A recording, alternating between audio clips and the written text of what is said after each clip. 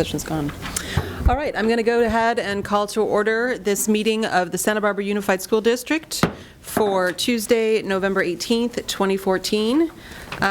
We are going to begin open session with the Pledge of Allegiance. Dr. Cash. Please rise.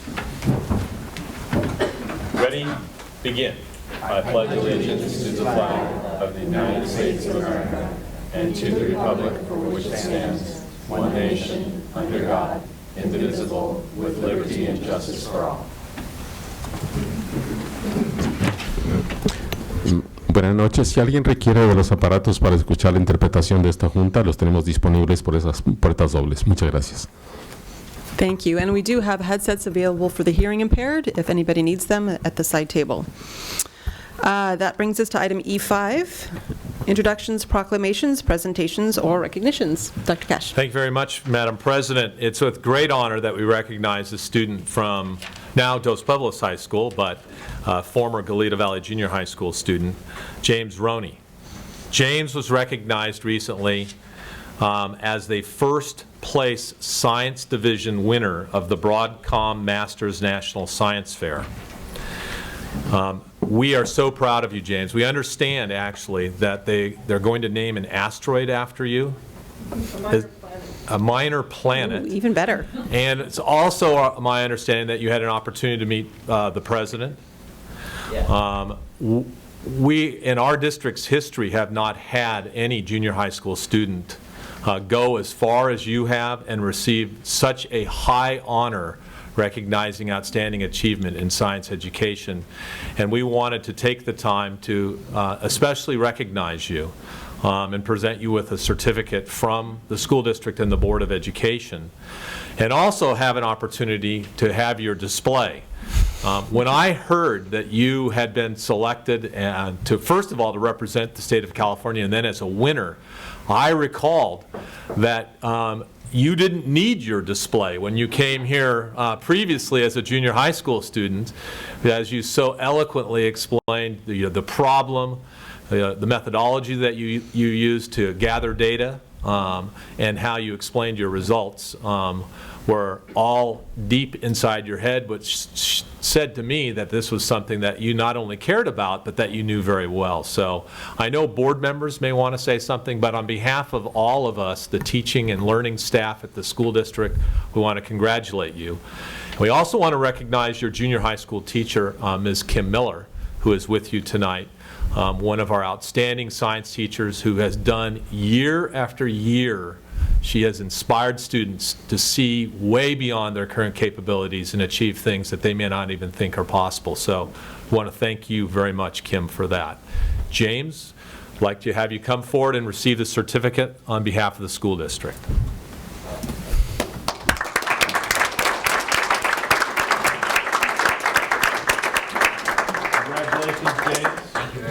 And it says this is for our first place Science Division of the Broadcom Masters National Science Fair 2014. Thank you very much. Great job. Thank you.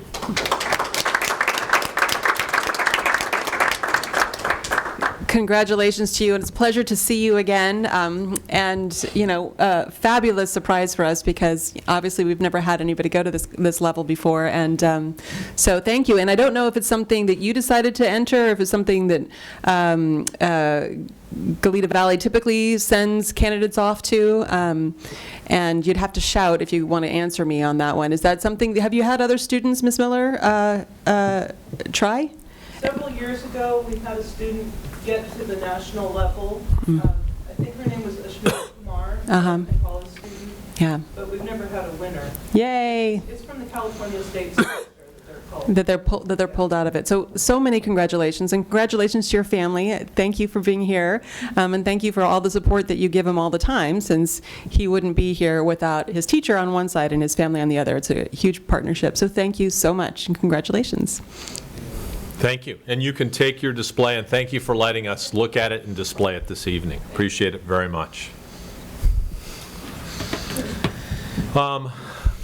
Would like to also recognize some teachers who were recognized. They're not here with this evening, and we will bring them to a board meeting. They were recognized this last Saturday at a Salute to the Teachers event, where we had the opportunity to recognize two of our veteran teachers, Barbara Barr, a teacher at Roosevelt, Maggie Mason, a teacher at Dos Pueblos, and two of our up-and-coming new teachers, Katie Curry and Katie Boozer, teachers at Santa Barbara Junior High School and at Franklin Elementary School. And with that, I'd like to move on to the student report. Great. We have Talia Vestal and Rose LeBeau from Santa Barbara High School, and I have to ask, Ms. Vestal, is your grandmother Pam Vestal? No. Okay, just checking. All right, she was a teacher when I was a teacher. No, sorry.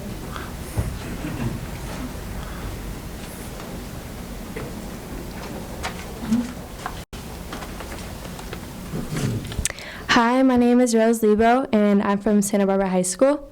The Student Board Report for Santa Barbara High School. Santa Barbara High School is in the middle of No Shave November to raise money for men's health and cancer awareness. Staff and students are letting their facial hair grow out and are collecting donations throughout the month. Pictures are to come. Last year, Santa Barbara High School adopted 6 families for Calm's Adopt a Family. This year, we are adopting families again and hope to adopt even more to provide them with gifts for the holiday season that they couldn't otherwise afford. Our class of 2015 seniors will be selling holidaygrams this year as a fundraiser for senior activities and to help students get in their holiday spirit. We have a job fair Friday, December 5th during lunch on campus. All students can attend to get information about local job opportunities. There will be around 30 to 40 representatives in attendance. The Student Board Report for San Marcos High School. Athletics. Football won its first city championship in 5 years with a thrilling 27-20 victory over Santa Barbara. Girls volleyball, boys water polo, girls tennis, girls golf, and girls cross country have or will be participating in the Ford CIF SS Championships represented by farmers. 7 student athletes signed their national letters of intent. Emma Hera, Westmont Volleyball. Emily Allen to UC Davis for volleyball. Annika Wilson to Pepperdine for beach volleyball. Adeline Aldapa to San Jose State for track and cross country. Kelsey Gellert to Concordia for water polo. Riley Hyduck to UC San Diego for water polo. Jenna Franner to UC Irvine for water polo. San Marcos Marching Band and Color Guard will be practicing in the state championships on Saturday, November 22nd, at Ramona High School in Riverside. After taking a year off, the popular San Marcos Poetry Slam is returning and will take place during lunch in the library from November 18th to the 20th. And my name is Talia Vestal from Santa Barbara High School. And here's the board report for La Cuesta High School. Leadership is currently working with the American Heart Association to develop an I Heart My Health Week, where they will raise funds to support the American Heart Association and educate students and staff on how to keep their hearts healthy. Students took a field trip to the California Personal Responsibility Education Program. The main goal of this program is to educate adolescents on prevention of pregnancy and STIs, including HIV. La Cuesta is working with Christy Haynes from What is Love to help students build healthy dating relationships. The What is Love kickoff assembly was last week. They will have a 6-week workshop to teach students how to stop domestic violence. The Gay Straight Alliance Club had their first meeting on November 6th. Students meet at lunch every Thursday to learn how to support equality for all. GSA teams with the program coordinator, Tyler Renner from the Pacific Pride Foundation, to advocate for the lesbian, gay, bisexual, transgender, and queer community. The board report for Dos Pueblos High School. Last month was Breast Cancer Awareness Month, in which over 300 cards were delivered to diagnosed survivors, and Anti-Bullying Month.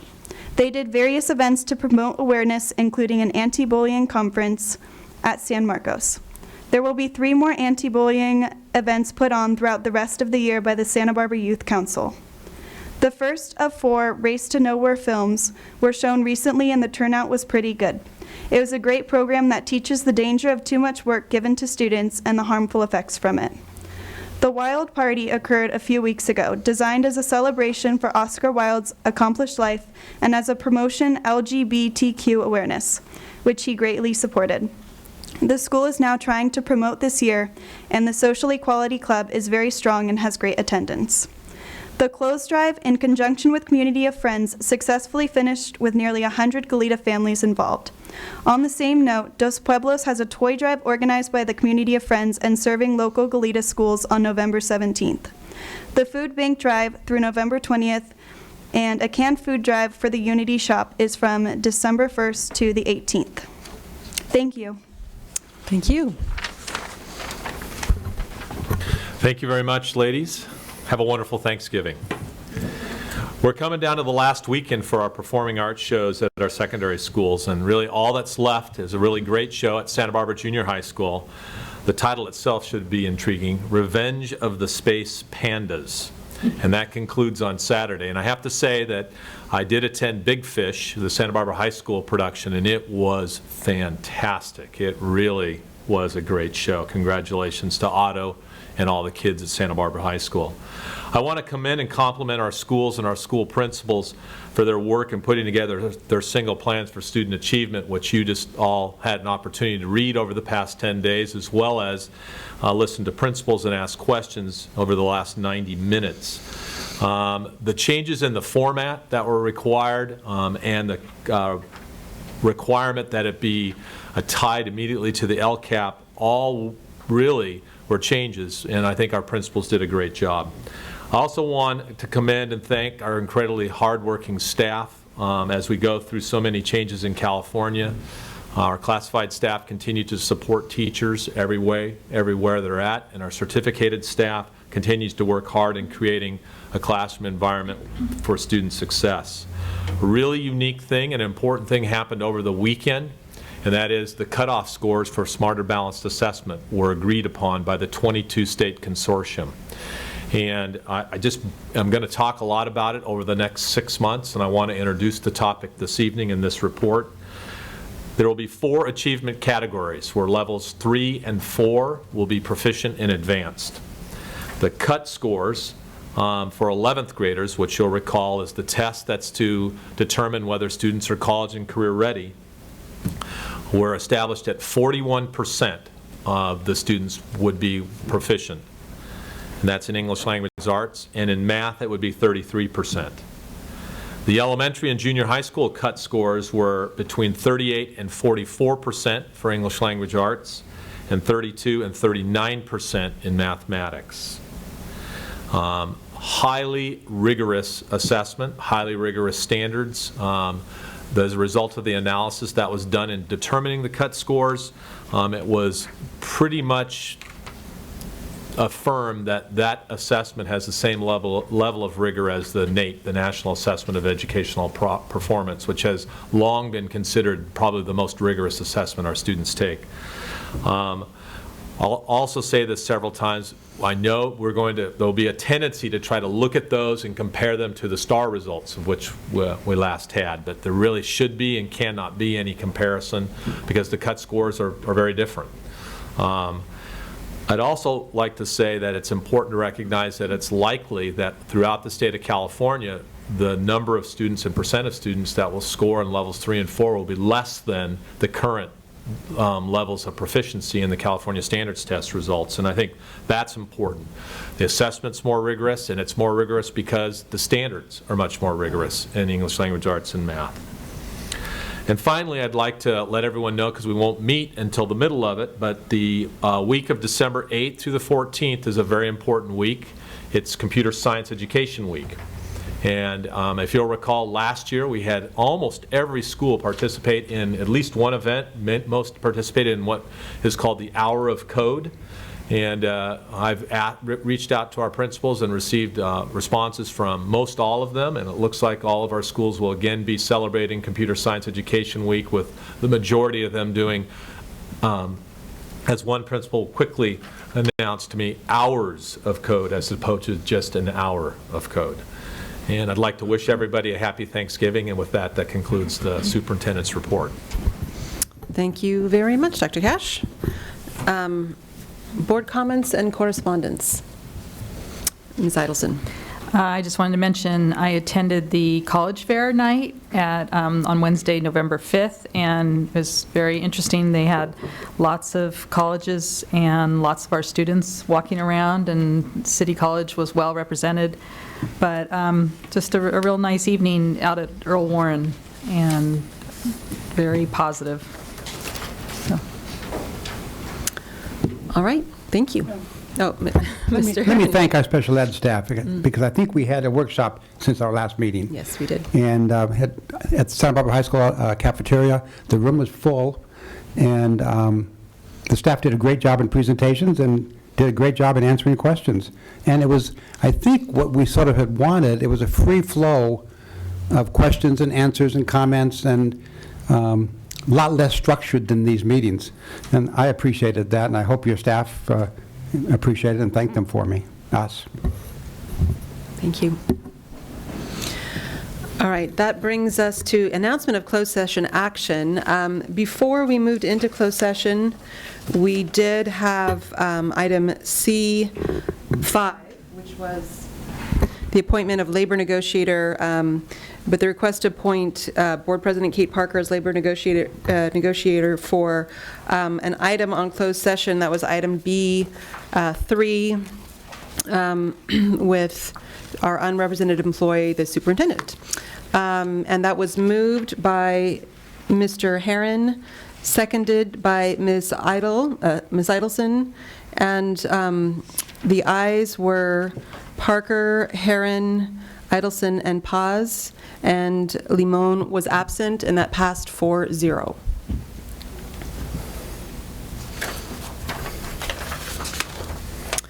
Item E9 now, public comments on non-agenda matters within jurisdiction of the Board of Education. Do we have any public comment, Mr. Aaron? No. Okay, that brings us to F, acceptance of donations. I move they be accepted with gratitude. Second. All those in favor? Aye. Aye. That passes unanimously. And that brings us to the consent agenda. Any items that board members need to pull? I need to pull G6 only to abstain. G6 to abstain. Dr. Paz? I'd like to make the motion to approve the agenda. Well, pause for a second because I want to pull one myself. Oh, okay. And I want to pull the item G5. That's the approval of the traditional and year-round school calendars for the 15-16 school year. So with those two pulled, Can we, I'd like to make the motion to approve the rest of the consent agenda items minus G5 and G6. I'll second that. all those, Discussion? discussion, Mr. Harrell. Just one comment on item, the field trips, item G2. And I would just like to make a comment and ask Dr. Drade to make sure, I would request that he talk to the parents and chaperones for the trips to Los Angeles for the JSA conference, and remind them of our expectations as far as behavior.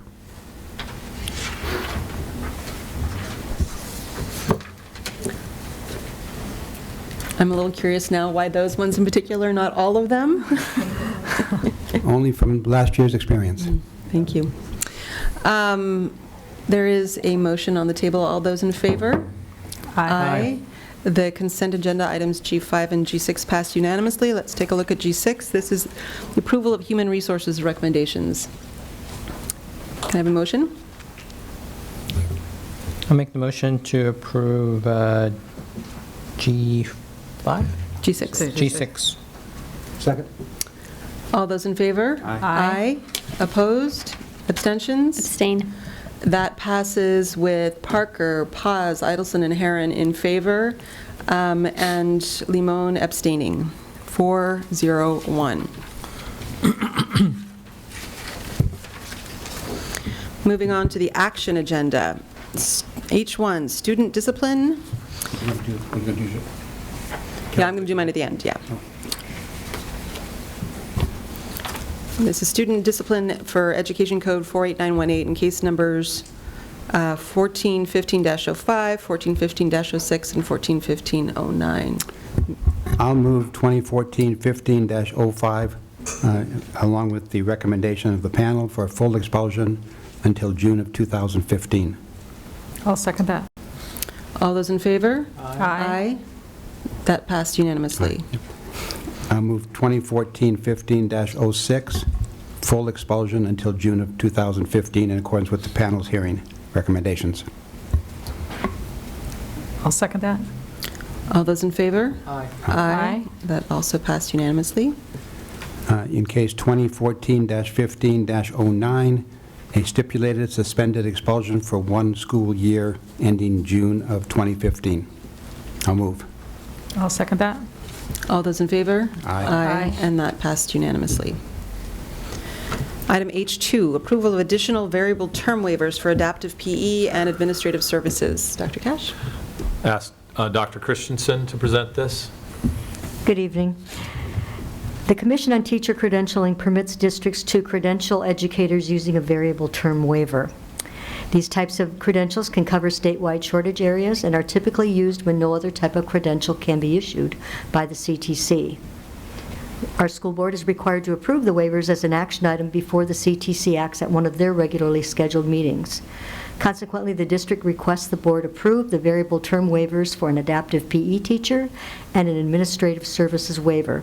We're confident that the candidates for these positions will complete their credential requirements. Board members, any questions on these ones?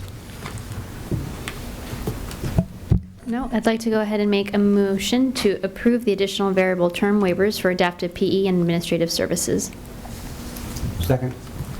It was moved by Limon and seconded by Herron. All those in favor? Aye. Passes unanimously.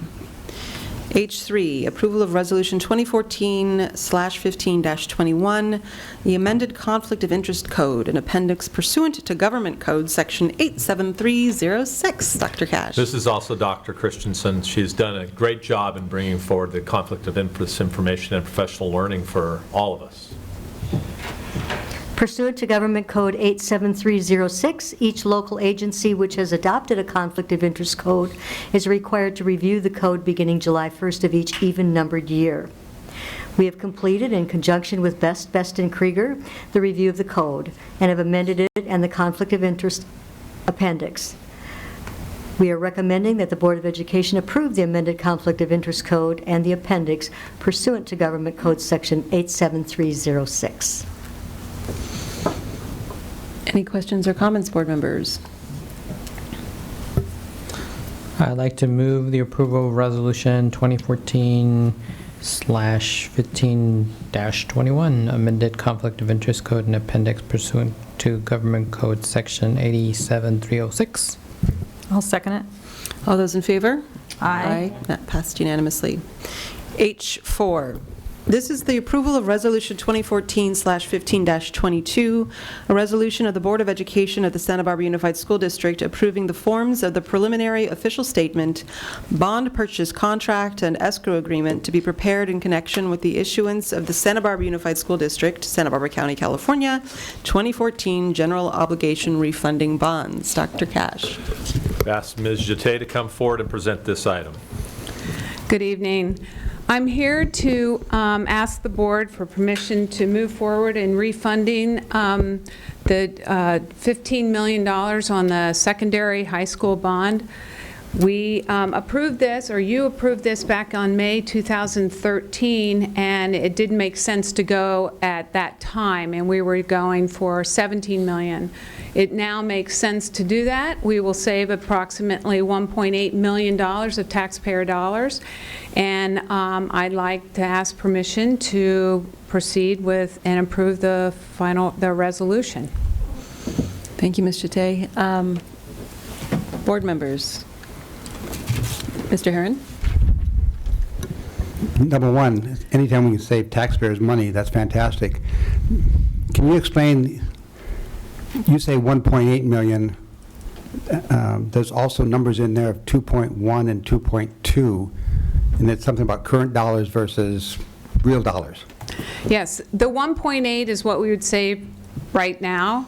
That's the current year dollars. If we project out, we will project out we will save another $300,000 of future money. So we're saving money by refunding them now, because if we kept them on the, if we didn't do it, we would be up to, in 3 or 4 years, $2.1 million. So they look at it as future dollars and current dollars.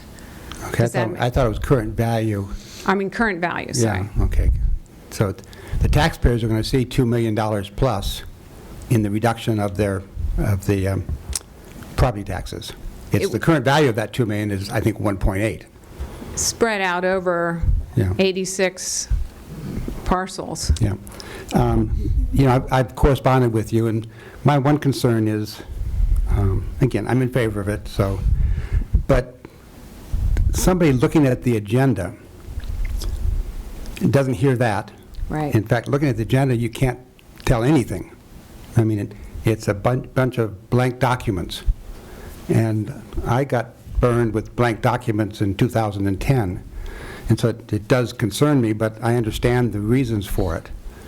And I presume once it's done, then all the documents will be filled in. That's correct. Yeah. So my question is,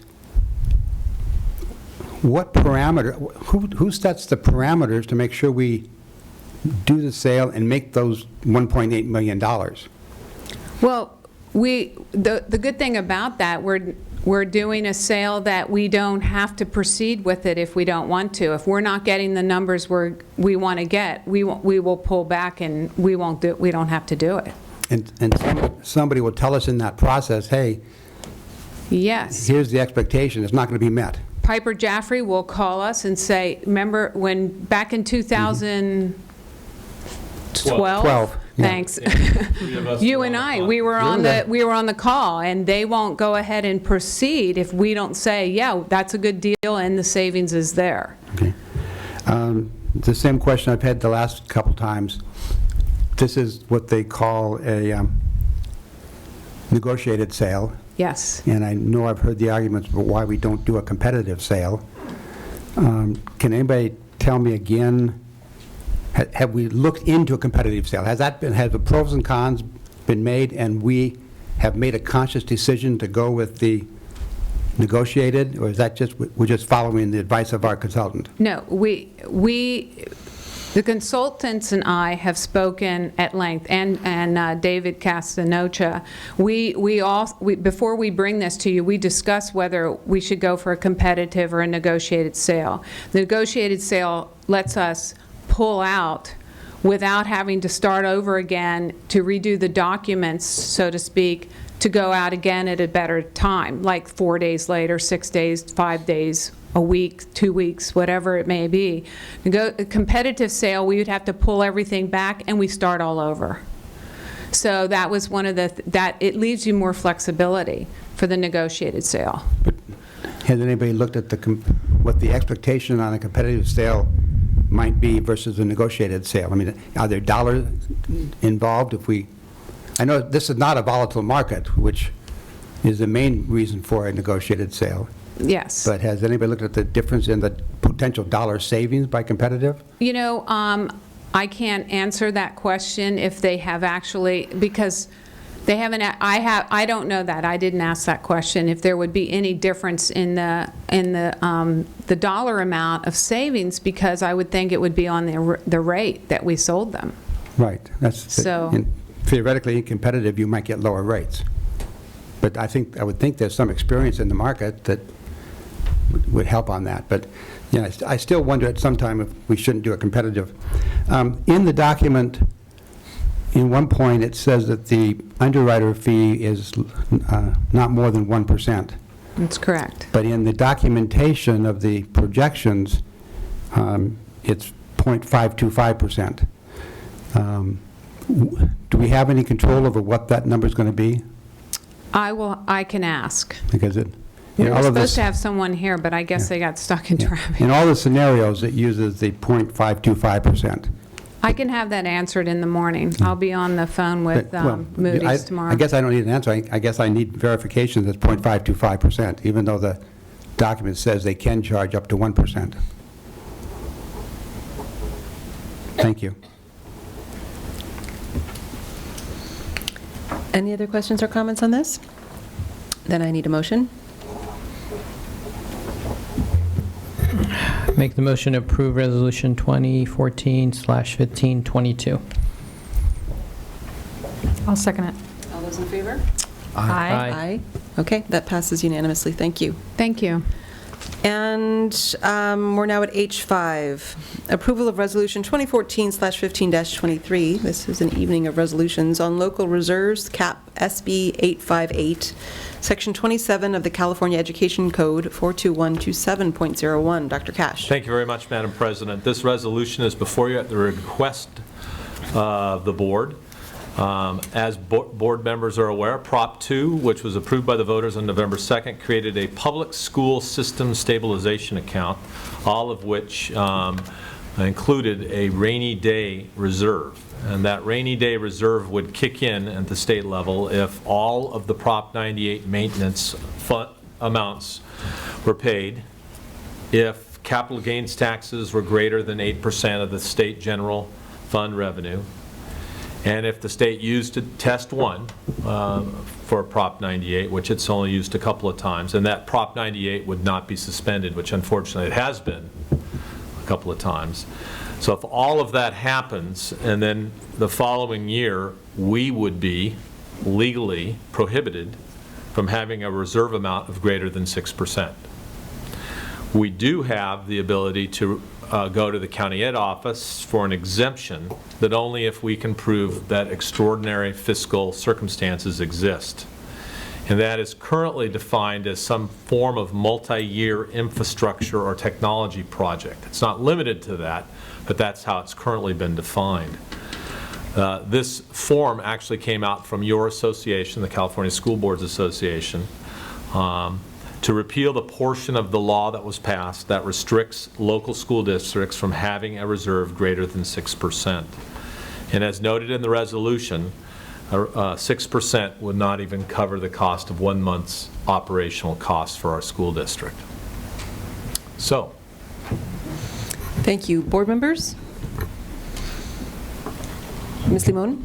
Thank you. So I am in favor of this resolution. I think one of the things we've learned as school board members is that anything can happen with the state of California economy. And I do just want to point out something in the resolution. On the second page, there is language that actually reads as if, hold on, let me find it. If it passes, but since it has already passed, unless that got changed, hold on. So you want to change will become operative should Yes. voters passed. It will become operative now that voters have passed? Exactly. Okay. So in that So it's at the- whereas, yeah. it should become, will become operative now that voters have passed Proposition 2. Yeah, and it's where it says, whereas SB 858. Just, thank Yeah. you, Mr. Rickman. Second page.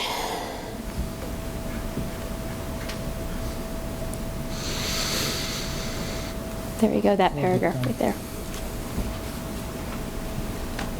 So that's my only change, so that it reflects the present fact that it has passed. Any other comments on this? Dr. Paz? It's kind of funny and ironic that we're passing this resolution when the state of California is doing exactly the same thing, having a rainy day fund, and then they say, well, you can't have one. I just think it's crazy. But I'm supportive of this because I think that if for the same reasons that the voters of California passed Proposition 2, we are doing exactly the same thing to smooth out those years where we're not going to necessarily anticipate funding. We're doing it for the same reasons, so just wanted to make that clear. Any other comments on it? I will only add that obviously, as every school board that passes this resolution gives greater authority to the California School Boards Association as they negotiate on our behalf and advocate on our behalf as school districts, school boards, with the state legislature and with the governor. But obviously reminding us all that we need to directly contact both our elected representatives but also definitely the governor's office on this, since this was something that came out of the governor's office, as we make sure that if it does pass, that it doesn't get vetoed, for example. So with that, I do need a motion. I will go ahead and make a motion to approve Resolution 2014/15-23 on local reserves cap, SB 858, Section 27, California Ed Code 42127.01. Second. All those in favor say aye. Aye. Aye. That passed unanimously. Thank you. And hopefully that will make a difference. Each district that does this, each board that does this, hopefully it'll make a difference in Sacramento. Moving on to the conference agenda, item I-1. This is the one-to-one iPad evaluation. Dr. Cash. Thank you very much, Madam President. Mr. Handel is going to be making this presentation, but before he gets started, I just want to remind the board that this item is before you for your input. It is very important that we do evaluate our one-to-one pilot program in order to make recommendations not only to the LCAP committee, but ultimately to the Board of Education about any additional and further steps if fit. Mr. Handel. Thank you, Dr. Cash, and good evening, President Parker, Cabinet, and all of our board members. Tonight I just want to go over a few things about our iPad rollout and what metrics we're going to be using specifically to evaluate its effectiveness. And if one thing I wanted to I was talking to Dr. Cash is to remind everyone about the objectives of this iPad one-to-one pilot.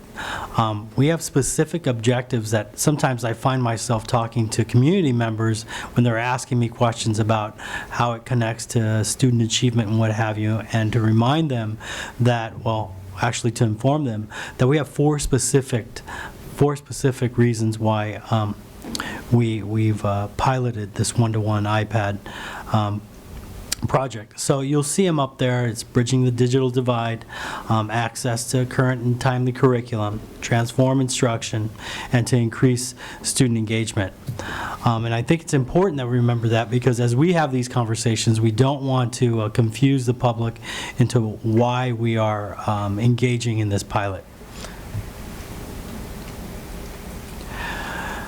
Now, you're going to notice that essentially we're going to have two tools, and the most comprehensive tool and the source of information that's going to help us the most, you'll see, is the Hanover survey that we're going to be conducting in January.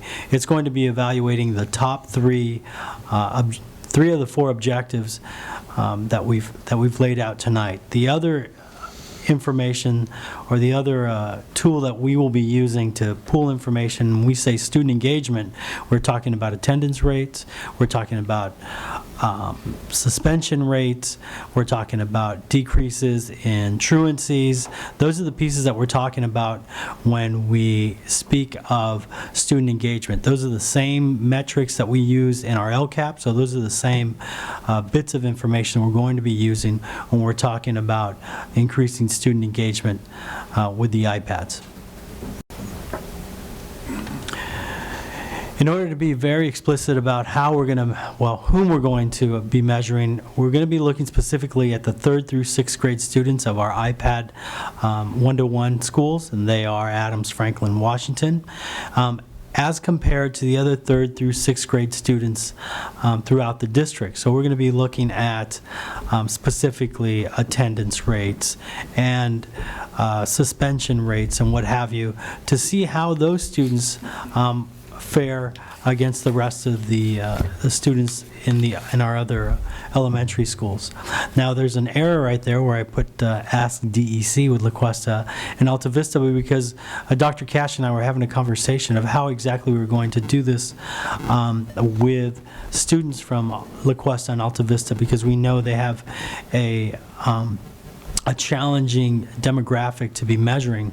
So we felt that it would be best to measure last year's data and compare it to this year's data. And if you recall, we rolled out these iPads last year, late winter, early spring. Would that be right, Mr. Rickman? So we want to have at least a full year's worth of information before we do any evaluation. But specifically with the La Cuesta and Alta Vista students, we wanted to make sure we compare the best we could with the results they had last year in terms of attendance, in terms of dropout rates and suspension rates to what they're experiencing this year.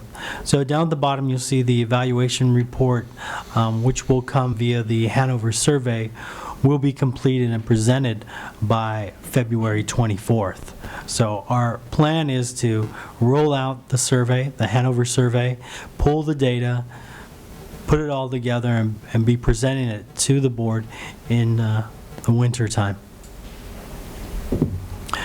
We also wanted to update the board on Chromebooks. Recently, we've had a few schools that have asked about using Chromebooks. Specifically, those schools were Monroe, which they've ordered 45, and La Cumbre, which has have ordered 35 of them. For Monroe, they really wanted to make sure that our students in TK through second have access to the internet and are able to use some of what we call standalone programs that we're going to be using, like the Dreambox and like taking the SRI and these different online learning systems that we have, and that'll give students an opportunity to be practicing some of their technology skills or computer skills, and on a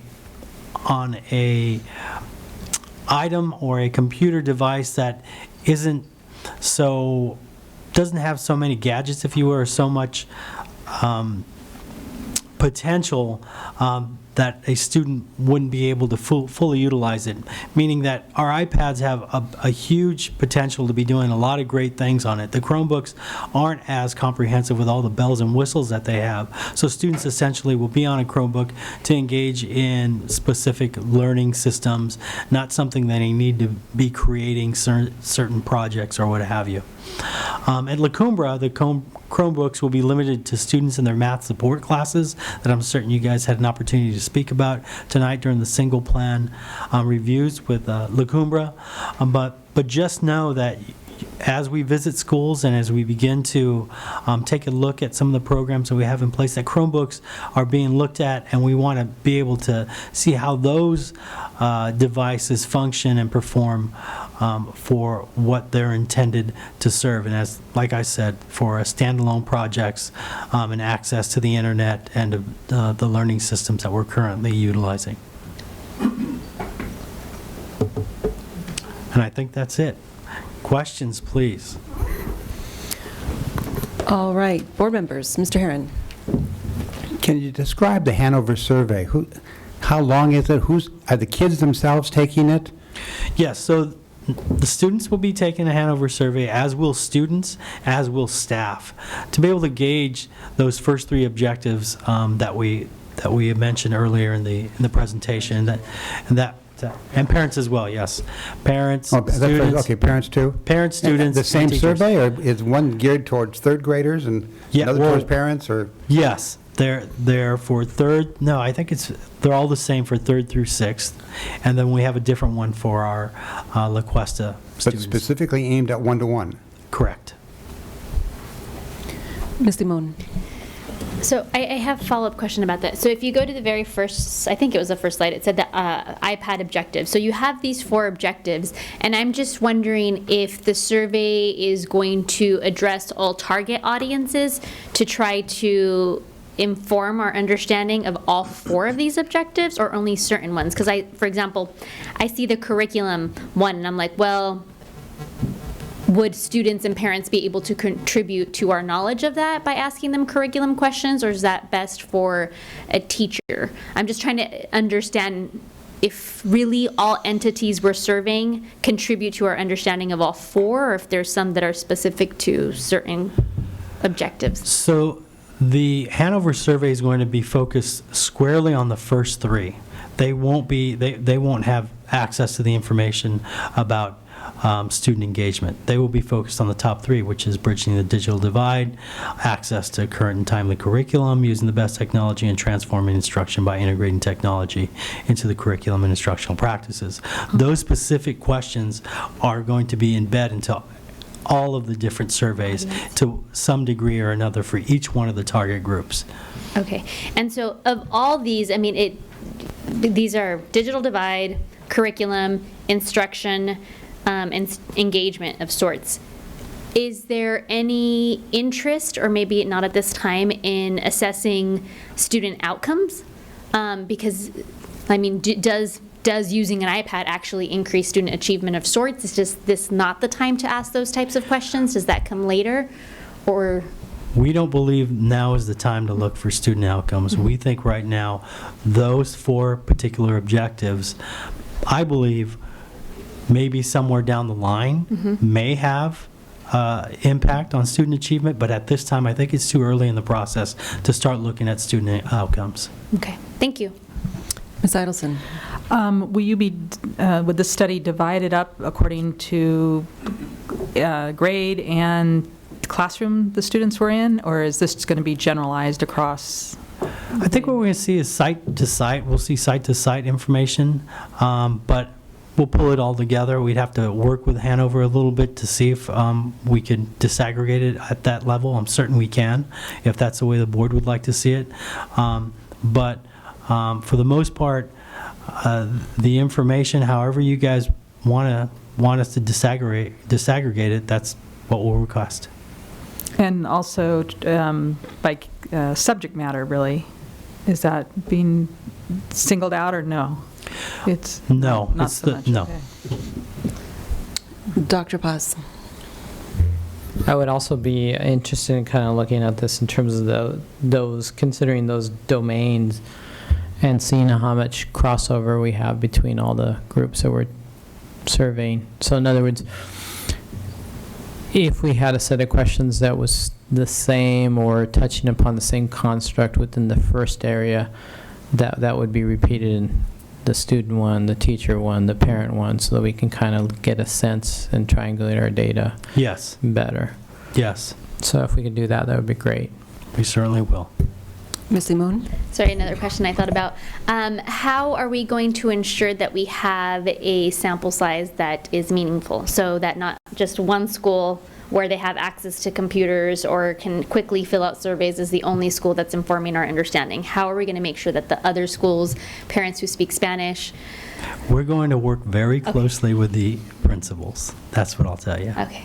Because I think that would be important. I want to make sure that all voices are reflected in our Absolutely, and understanding. I think you should have confidence that I'm going to make sure everyone's represented. Thank you.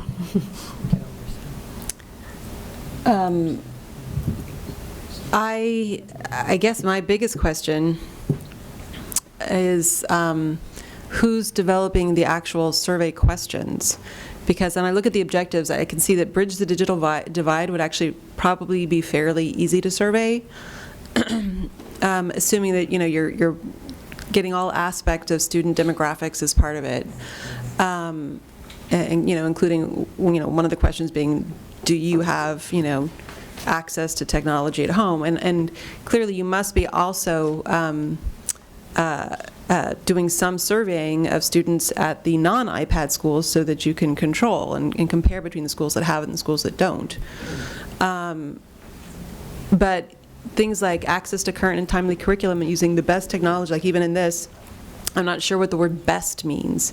Is it the most appropriate technology? And I don't know what those questions would look like. And so I'm curious, are we developing them? Is it like Dr. Guillermo Juan? Is it Hanover that's developing them? Hanover is creating all of the questions. We're giving them the objectives, and Yes. then they're creating survey questions. That's correct. To go with it. Yes, and you all will be getting a copy of the survey really soon. Okay, great. Dr. Paz.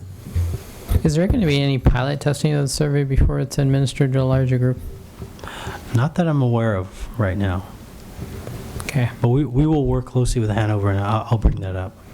Yeah, I think that would be, something to consider, especially if we're going to rely on this in terms of a lot of data. Right. And I think that would be a good practice to look at, and really to really delve into it a little more in terms of best practice, because it is a best practice when you're developing a survey, because you do a pilot. Any other comments on this? All right, when do you think that we will get a chance to see the survey? By the end of this month. By the end of November, which is around the corner. Next week. All right. Thank you. Thank you. Thank you, Mr. Handel. Thank you. And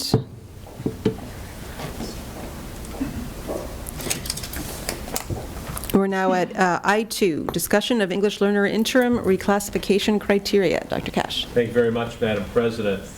As board members are aware, and many times before you in public comment and reports we have given you, there's been a desperate need for us to reclassify our reclassification criteria. And we have in front for you tonight a proposal for an interim measure. We're in this very ambiguous period of time in which we don't have our traditional assessment results. And I'm very pleased to introduce for his first presentation to the school board our Director of English Learner Services and Programs and Parent Engagement, Dr. Raul Ramirez. Hi, good evening. Good evening, board. Good evening, cabinet, Dr. Cash, public. Thank you very much for the opportunity to share our progress, really our journey to trying to get an interim reclassification criteria adopted eventually for our English language learner students. I'd like to start.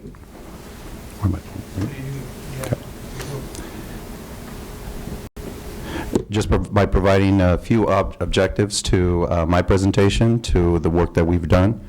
First is to clarify the need to update reclassification criteria for English language learners, so understanding why it is that we are engaging in this process in the first place. The second is also to describe the process that we've undertaken to arrive at a proposed interim reclassification criteria, and the operative word is interim, because this will be in flux over the next few years.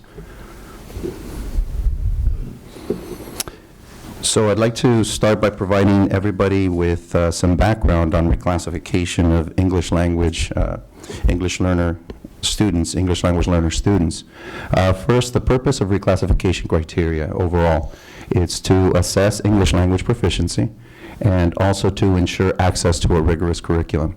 Both aspects need to be captured in any policy in order to ensure that we continue to provide a policy that is addressing key components of academic and language proficiency. In terms of reclassification criteria, there are multiple data points, so it isn't a single data point, although we'll be focusing a little bit more intently on that tonight due to some guidance that we have received from the CDE. But it is important to keep in mind that it is multifaceted and that it entails an assessment of English language proficiency as traditionally measured by the CELT, California English Language Development Test, or alternate assessments, which we'll have an opportunity to also discuss, as well as a comparison of performance, student performance in basic skills, or what has been determined basic skills. Those have traditionally included, or have been really driven by California Standards Test and modified assessments, as well as other alternative assessments. There's also going to continue to be a teacher evaluation and parent opinion and consultation piece to this as well.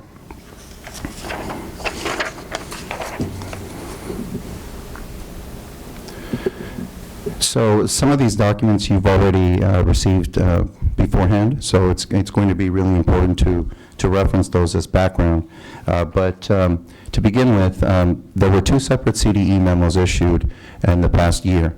One was issued December 2013. The most recent one came to us in August of 2014.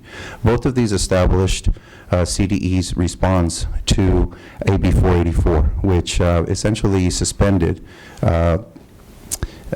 standardized testing as we came to know it, STAR testing, and began to usher in a new era of assessments, smarter balanced assessments.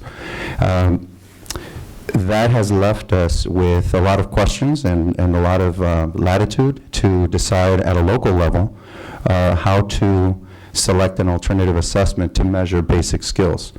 And that's part of what we'll be discussing here shortly. So again, to provide some background, part of this process entailed an analysis of past EL performance, or English language learner performance, district-wide and comparative to other districts, to inform this process and come to a full understanding of the way in which our past policies and practices should inform present policies and the way in which they will inform our policies moving forward. So to go back to really the journey and the path that we took to get to this point, the EL reclassification, an English language learner reclassification committee was formed last year, 2013-2014. Those meetings were held throughout the year.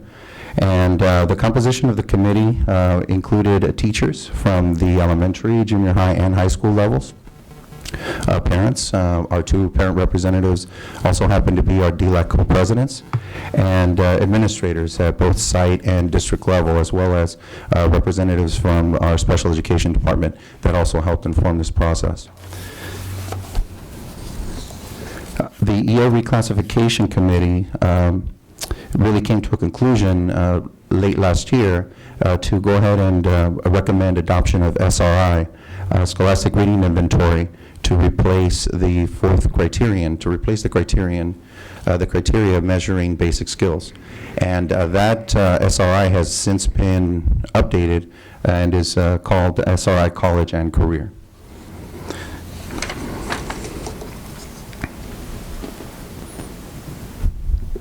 So in a separate handout, you'll see a chart that delineates this more carefully and more accurately. But essentially, the key updates to our reclassification criteria, the proposal that we've set forth, is the language assessment component would continue to be proficiency on CELT, would be an overall CELT proficiency of 4 and 5. We did make one clarification as a committee, and that is to indicate that subscores of 3, intermediate or higher on any one of the subtests would be an adequate measure of language proficiency. That's very much aligned with the CELT guidelines and the CELT guidelines that were put forth by the CDE. In terms of the demonstration of basic skills, again, the committee recommends the SRI, College and Career Lexile bands, be adopted. Those Lexile bands are broken down in a very similar fashion to the performance bands that Dr. Cash alluded to earlier with Smarter Balanced, where there will be 4 proficiency bands, below basic, basic, advanced, and proficient and advanced. And the proposal includes the adoption of the basic bands. You also have a document that indicates what those cut scores would be at every respective grade level. And that would also include grades 1 through 12. In terms of teacher evaluation, another point of clarification there, we wanted to break this down 2 ways and provide clarity there. For elementary, basic or above in ELA on standards-based report card, that's just a clarification of previous language, prior language, which has just been reworded and just adopted or proposed in terms of bringing just alignment to this holistically. And in secondary, a grade of C or better in English language arts.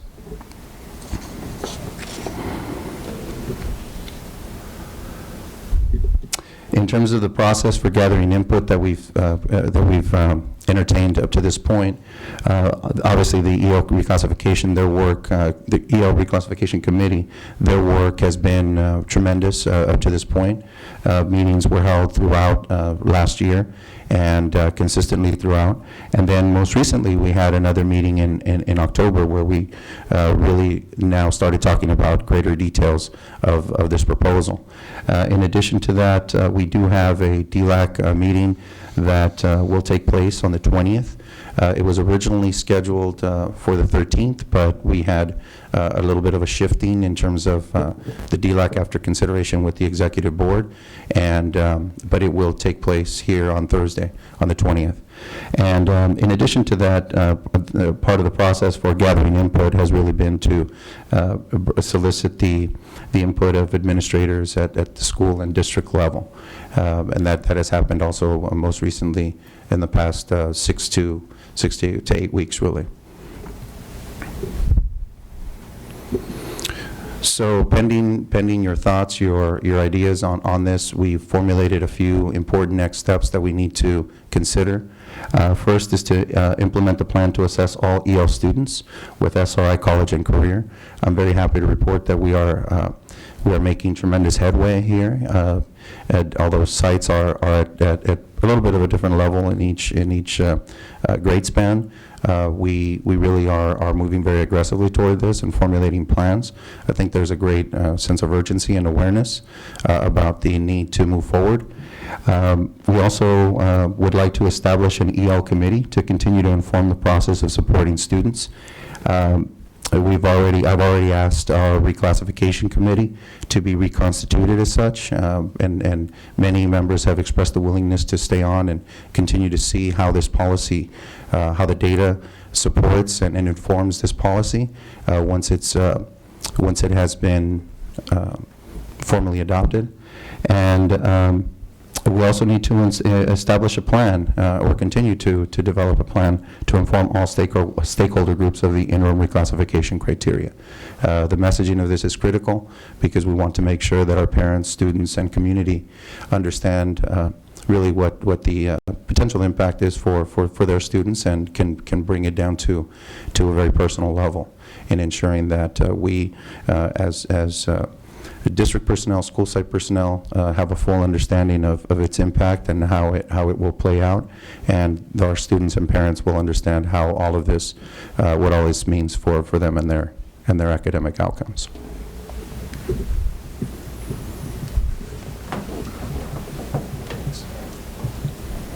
So I believe that's the end of my presentation, but I'm more than glad to answer any questions you may have.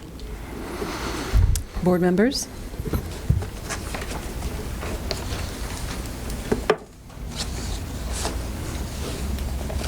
I'm happy to start. Where I start with, and I'm sorry, my iPad's being a little bit slow here, is the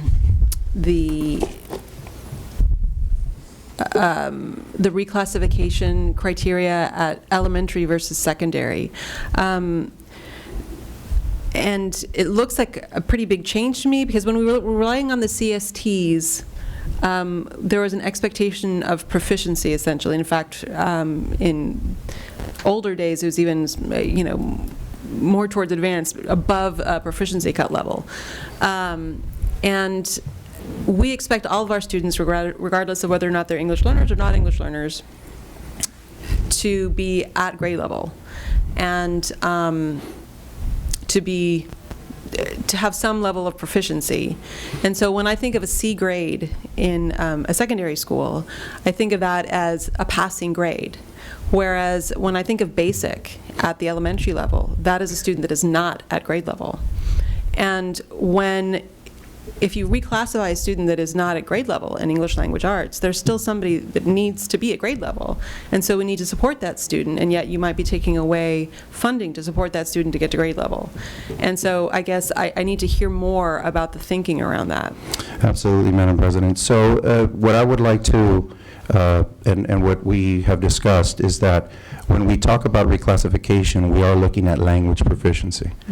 And within that lens, it's important to maintain that the measures around the criteria are intended to measure just that. First, the level of support that a student may or may need in terms of acquiring sufficient proficiency in academic English in order to access the full curriculum. The second component of that is that in order to identify students that may be underperforming academically, we have other mechanisms, and those include response to intervention, other assessment pieces which will help inform, similar to the way that we have with our English-only students. This is a policy in particular that applies only to English language learners. And this actual shift is not unprecedented. I'd actually like to submit to you some of the preliminary documentation that I provided, some of our other groups that I have here in front of me. If you don't mind, I'd like to share that.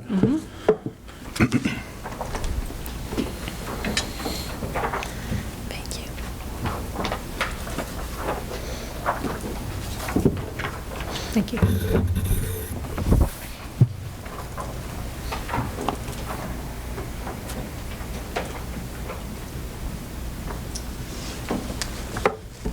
So, as I mentioned earlier, in order to inform this process, it was important to become data-driven.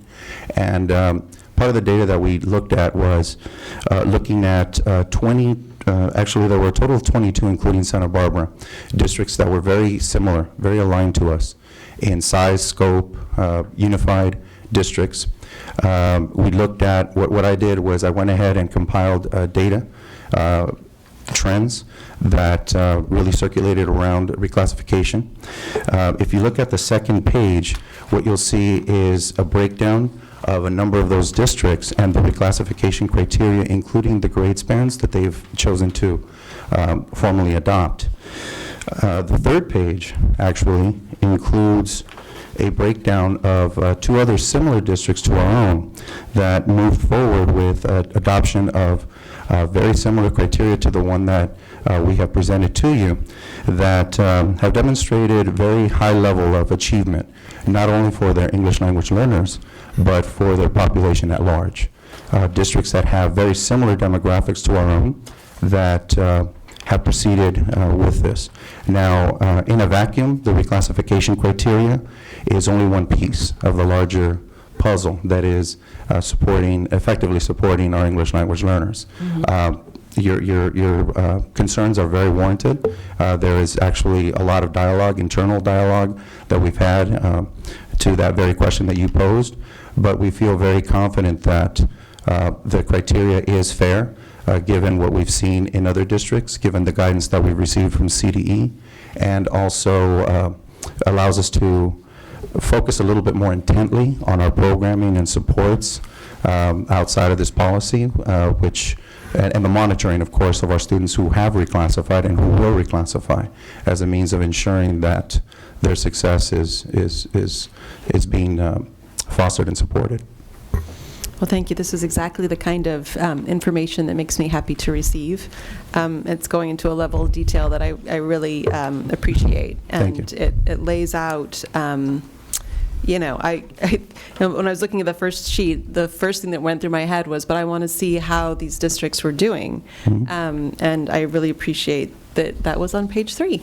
Yes, and that's a succinct version. There's a bit lengthier version that if you'd care to have, I can send to you electronically.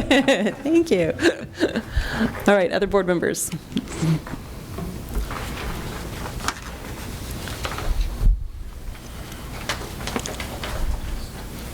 Ms. Dimon. Thank you. Good job on your first presentation to the board. Thank you. I guess in the time that I've been on the board, which isn't very long, only about 4 years, this is the third time that we're talking about reclassification, and we've made modifications, and I understand that the need is really coming from all of the changes that are coming down on our school districts, not just our internal desire. And one of the things that I've struggled with a little bit is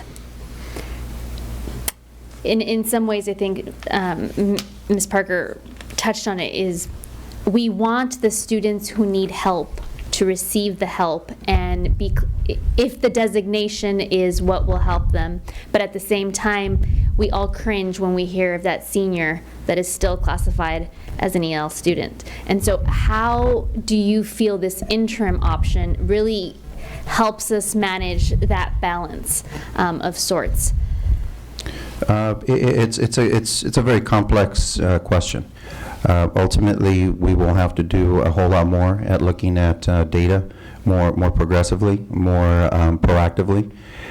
We will have to reevaluate and reassess the programs that we have that are intended to support our English language learners.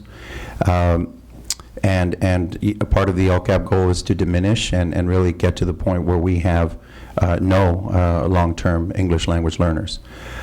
This criteria is only one piece of that.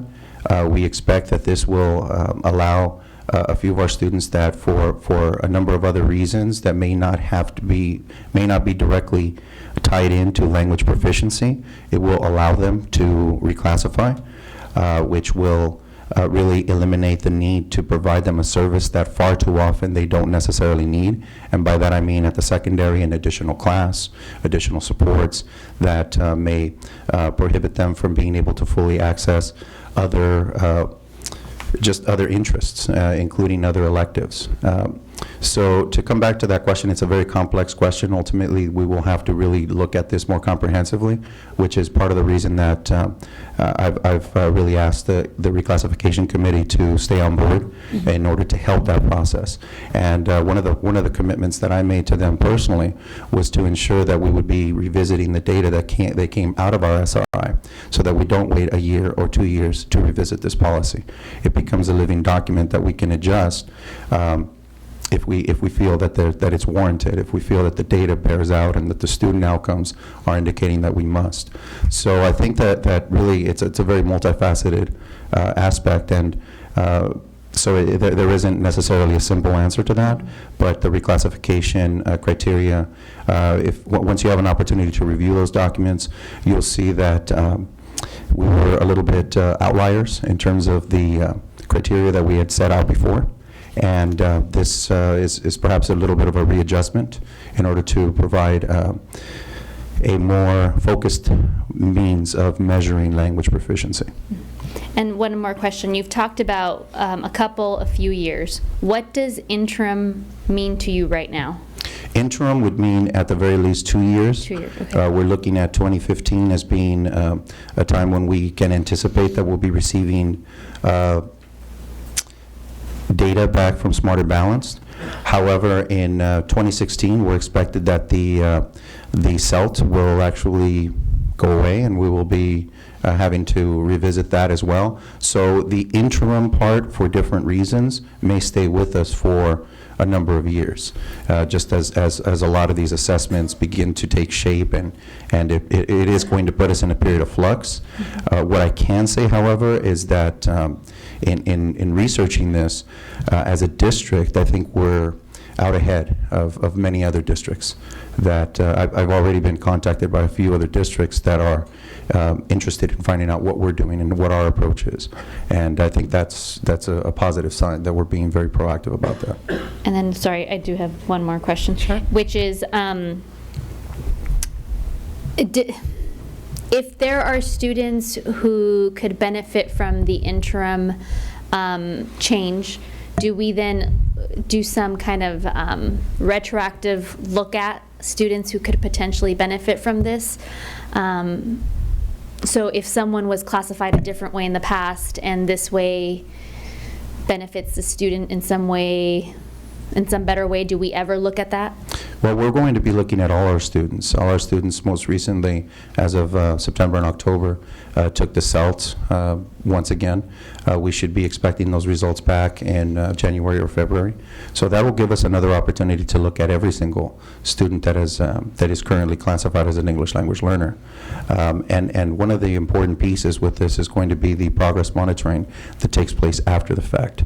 So we are mandated to progress monitor for a period of 2 years. That, I think, is going to be a real key to ensuring the success now, just as part of the regular review of the performance of all our students, but now looking at them as reclassified students and to see where their instructional or academic needs may lie. So yes, there will be an opportunity to not necessarily work retroactively so much as look at this comprehensively when it comes to our English language learner So population. the two-year monitoring students will also, you'll be looking at this, and if for some reason they don't move forward, this is now what's going to apply to them as we consider. Well, this applies to any student that is currently designated as an English language learner, and that we have to monitor their growth no matter what. But this criteria is really intended to set a consistent bar for what we can all adopt and use in our conversations around reclassification So if the specifically. student's been reclassified, they're in this two-year window period of monitoring, and they are not successful, what happens? They go back to this? No, once a student has been redesignated, they do not Within- go back to EL So status. they can't go back to EL status Correct. even if they're unsuccessful in those two-year? Well, we feel that the monitoring it and looking at that strategically will make a huge difference. What we find and what you'll see in that data is that our reclassified or initially fluent students perform very comparably to our English-only students. And so we feel very confident that will continue to be the case. Because again, we have to differentiate between academic measurements and those that are intended to measure language proficiency. Correct. Thank you. Dr. Paz. So one of the things I think about in terms of all this, because it kind of, some of the questions that my fellow board members are asking really speaks to ongoing training of staff. You know, there is a bar, we're trying to make it as clear as possible, but there is a need for training. So maybe you can talk about that for a little bit, of what you see our needs going forward, making sure people are seeing the same thing. Two teacher perspectives, both of them are saying the same thing. That's one. And the second question I had was to do, when I look at this too, part of me, and I look at this data, and then I look at what we've seen in our special education overrepresentation of Latino students in special education, and I can't help but think there's some link. And can't help to think of my own grad school studies and knowing that some of the past creeps up to the future, which is classification of special ed students based on language. And so I think also that's a training issue. And so if you could speak to both of those, would be great. To your first question, the issue of training, as it relates to the reclassification criteria specifically, I've already had an opportunity to present this to our site leaders, our site principals. I've had ongoing discussions with our assistant principals about this. Our next, as a matter of fact, on our BLT meeting on Thursday, some of this is going to come up inevitably. But beyond that, it's really supporting our sites and ensuring that our teachers, our staff is well aware of the shifts that have occurred, of what this means for their students, and it'll mean a little bit something different for every site depending on the number of English language learners that they have. So tailoring that type of information for everybody is going to be important. Also, the SRI is a new assessment for most of us, or for many of us, I should say. It's been a part of district culture and site assessments for a number of years, but now we are obviously expanding its scope. So to that end, we've already held, Scholastic has come on here to our district on a number of occasions. They actually have been very involved in this process, not necessarily in terms of legislating how we will use it or not, but just helping inform the process. We most recently, last week, we established a webinar, which I've really circulated out there to really bring awareness to that. That webinar is going to be available actually for 60 days for viewing. So this is really part of of a messaging plan that's going to be really important so that there isn't any misinformation. And then in addition to that, DLAC, in speaking with the executive committee and DLAC as a whole, it's something that the parents are incredibly invested in. They want to know. So we did set aside a meeting dedicated for that purpose alone, so that those ELAC representatives could feel, or DLAC representatives who are representatives to their own ELACs, could be very, very informed in terms of what this means, where the shifts are, why they're occurring that way. And much of this data that I presented to you, I will be sharing with them to ensure that they have a full understanding of what got us to this point and what is informing this particular process. To your second question around special education, they have been intimately involved in this process. I don't feel adequately prepared to be able to make any determination about whether there is a direct link. We believe strongly that there is some link there, but I can't make that definitively. But there more likely than not is some relation from one to the other, because we see the numbers and the data play out. Yeah, and I think that I don't expect you to have necessarily an answer at this point in time, but more or less, I think that there is something happening there that we need to look at a little further, and we need to, and I tend to think that it's more of a training issue rather than a purposeful thing that's happening in our part of our district, but more of a training issue that needs to occur. So I would love to continue to hear more about that and hear about how you move forward in terms of that and what you find in your work. That would be great. Absolutely. Thank you. One of the things, Dr. Paz, in response to that is Helen Rodriguez and her staff have done a tremendous job in changing our assessment culture at our schools and hiring individuals who really are looking at language proficiency as opposed to learning disability and the differences between those two, how it plays out in academic achievement. And that, we believe, over time is probably going to make the single greatest differences in that. And that is fundamentally a training issue. Yeah. So. Thank you. Ms. Adelson. I have a question maybe sort of along those lines. Does anything in this measure speaking ability, oral fluency, as opposed, because it seems so much is written and write and reading, and I'm just wondering in the assessment and. Yes, that's one of the subtests in the CELT. One of them is it's both, it's speaking and listening. All right, and would I see that here? Not in that data. Okay. We would have to disaggregate the data, which we have the capacity to do.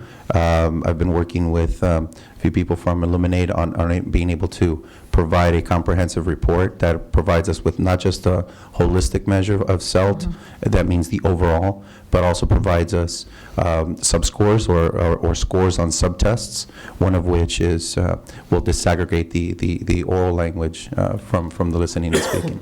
And so would somebody who was a successful speaker, I mean, I guess what I'm saying is this is showing us just really two aspects of it, as opposed, in oral, as we all know, with language is a major component. So if that were measured, say a student is very high orally but has significant trouble reading and writing the language, would that assessment maybe not, would be skewed in a way that... It would be skewed in that it would drop the overall score. That's something where as school sites and as a district, we just need to continue to improve to ensure that we're looking at and maximizing on the reports that we have available to us. So if a student were to underperform in a particular subtest, it would inevitably impact the overall score. But that's why we've made that provision to make that a 3 or above of the 5. So it's a 5-point scale and a 3 or above on a sub-score. If, for example, a student were to score at a 1 or a 2, that would be an outlier score, but it would be important to note that. And as part of our ongoing progress monitoring, that would be something that would definitely raise some questions and some flags for us. But it is factored into the overall score, and it is disaggregated into a sub-score. Okay, thank you. Is the plan for this to come forward for board action soon? I believe so, yes. Great. The next board meeting. All right, the December board meeting. Thank you. This is very, very helpful. Okay, thank you. Very informative, too. Thank you, and keep up the good work. Thank you. This moves us to item I3, and this is the California Healthy Kids Update. Dr. Cash. Thank you very much, Madam President. I'd like to introduce Mitch Serena, our Assistant Superintendent for Student Services. And I believe he has a guest from CADA. Good evening, Madam President, esteemed board members, Dr. Cash, and cabinet members. Both Selena Rockwell and I, Selena from CADA, will be presenting this actually really good data from this past year's California Healthy Kids Survey. So let me know when you want to switch it. Okay. Great, thank you.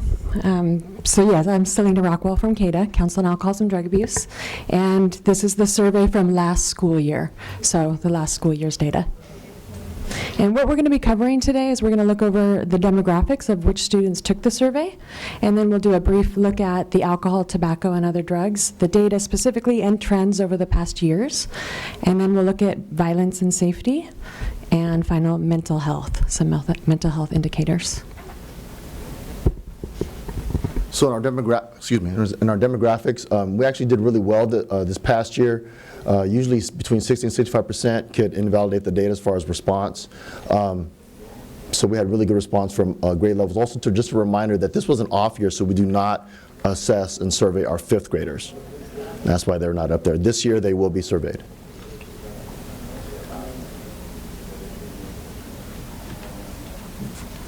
Okay, so what you're seeing on this slide, this is a snapshot of our current drug users, so students that report that they've been using in the last 30 days.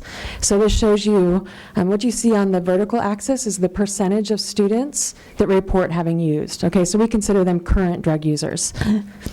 And what you see down here on the horizontal axis is the type of substances that they're using. We start off over here on the left. It says any alcohol or drug. So this is any drug use. And what you see with the yellow, those are our 11th graders. So 36% are currently using. With the green is our 9th graders. So you see 20% of our 9th graders are currently using some type of substance. And then with the red, those are our 7th graders. So 7% of our 7th graders are currently using drugs and alcohol. And what we're going to be covering, we're going to go over more specifically trends with alcohol and marijuana in the later slides here, in addition to some more emerging trends such as e-cigarettes. So you see that on this slide as well. Can I just make Mr. Herron. just one comment? You used the word current in the last 30 days. I just want to point out that the survey was done, I think, November of last year. Correct. So the previous 30 days would have been like in October a year ago. Correct, yeah, so students that were taking that survey at that time. So it's not, I don't want the public to think it's current as of today. This is great, yeah, thank you for that clarification. So right here, we look at our teen alcohol use, so current users with alcohol. The top line is the yellow line, once again, is our 11th graders. The green line is our 9th graders, and then our 7th graders is the red line. What you see on here is we did have a slight uptick from the prior year, but we are still on a downward trend with alcohol use. So especially from 2008, 2009, we've been going down. So that's wonderful, and yet you still see that 11th grade, 36% of our students are currently using alcohol, 20% of our 9th graders, and 7% 7th graders current users. This slide is about binge drinking. So binge drinking is when students report that they've drank 5 or more drinks in a row in a period of a couple of hours. Okay, so this is dangerous drinking. It's especially dangerous for our adolescents with their developing brains and bodies. So you can imagine there's a lot of risk factors that come into play with this type of dangerous drinking. Once again, we're very happy that we still see this downward trend and leveling off. Our 7th graders gone up just slightly, but not too much, so we're happy to see those results. Although it is, once again, it's a downward trend, but 20% of our 11th graders are drinking dangerously on a regular basis, or they're regular dangerous drinkers. here you've got our marijuana use. So marijuana use, current users, once again, we do still see a trend that is lower, down, goes slightly up for our 9th graders and our 7th graders, but it seems to be leveling off, which is wonderful. Especially what we know is that, marijuana use was especially up when the dispensaries were around and when they have more access. So we're happy that they're going down. Something that we're going to be paying attention to is as marijuana. We know that recreational marijuana is becoming more accepted in certain places, so we're going to see how this affects our teens in the future. So hopefully we're going to keep them down. So we want to take a look at how our students are using on the school property, which is definitely something that we want to get involved in. So again, since 2009, a specific downward trend, and last year in regards to alcohol, there was a little bit of an uptick for all levels except for the 7th graders from 2012 to 2013, just a bit. For marijuana, it's kind of the same. It looks like the 7th graders leveled out. The 9th graders had a big uptick, and I attribute this a lot to the electronic cigarettes and the ability to actually manipulate those devices to also enhance using marijuana as part of the substance in those devices. And then lastly, the availability of school drugs. This is just the idea that students know how many students have been offered or know that drugs are available on campus, not necessarily students actually using these, but just knowing that if they could or if they wanted to or if they so engaged in, they could access drugs on our campuses. And this slide looks at emerging drug trends. So just as Mitch mentioned, e-cigarettes is one of our big concerns. And actually, it's not just e-cigarettes. It's our new nicotine delivery devices. So not even devices, products. And really, there's products that are being marketed to our teens. So flavored products, products that look colorful, like colorful markers, so vape pens, hookah pens. And we see that students, what you see on here is it was more than doubled in the last year. So 100% increase, so very concerning. And this is especially concerning on the school campuses in addition to regulation of these substances because many of them are odorless as well. And so teachers aren't always identifying them and there's changing trends going on. So we're doing our best to really keep up above the curve with this and really talking with our students about what is it they're using and how are they using it. So as Mitch mentioned, in addition to marijuana, there's a new trend, something called dabs, where students are getting a highly concentrated marijuana. So it's an 80 to 90% concentration of marijuana. So it's in a kind of an oil waxy substance. So they're using that as opposed to 30% concentration. So they're using that in e-cigarettes in addition to dripping it on other substances. So there's a lot going on that it's very concerning because especially what it's doing to the teen brain, and so trends we're seeing in that way. Prescription drugs has been a challenging one to capture data for because our questions have changed over the years. It used to be prescription drugs, and then it was that were not prescribed by a doctor, and then the questions changed to get high, so using those drugs. So we're going to be looking at what those trends are doing once that question becomes more consistent. Synthetic marijuana, so that's another synthetic drugs. Mostly we know in treatment at our Daniel Bryant Treatment Center, many teens, they know they're getting tested for marijuana.